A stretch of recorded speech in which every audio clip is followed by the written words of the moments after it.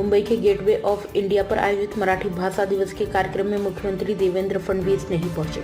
इस पर उप मुख्यमंत्री अजीत पवार ने मंच से सफाई देते हुए कहा कि मुख्यमंत्री कार्यक्रम में शामिल होना चाहते थे, लेकिन उनकी तबीयत खराब हो गई, इसलिए उन्होंने उप मुख्यमंत्री एकनाथ शिंदे और मुझे जाने का निर्देश दिया। महाराष्ट्र में जारी सियासी बयानबाजियों के बीच उन्होंने पत्रकारों से अपील की कि इस विषय पर कोई और मतलब न निकाला जाए। इस कार्यक्रम में मराठी भाषा और साहित्य को समृद्ध बनाने वाले कई साहित्यकारों को सम्मानित किया गया।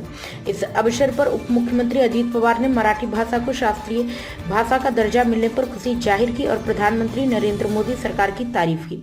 उन्होंने कहा कि कई वर्षों से मराठी का यह दर्जा दिलाने की कोशिश हो रही थी, लेकिन कोई सरकार इसे नहीं दे पाई। अंततः मोदी सरकार ने इसे मान्यता दी, जो मराठी भाषा प्रेमियों के लिए गर्व की बात है।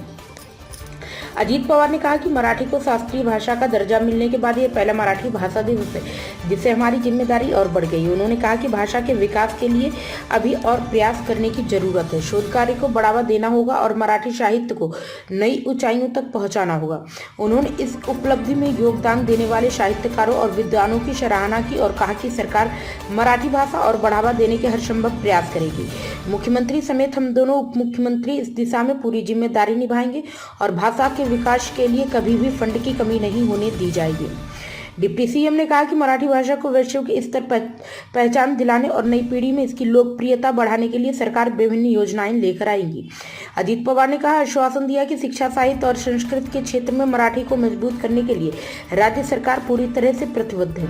मराठी भाषा दिवस पर आयोजित इस कार्यक्रम में साहित्य, कला और संस्कृत जगत से जुड़े कई गणमान्य लोग शामिल हुए और मराठी भाषा को समृद्ध बनाने के लिए किए जा रहे प्रयासों पर चर्चा की गई।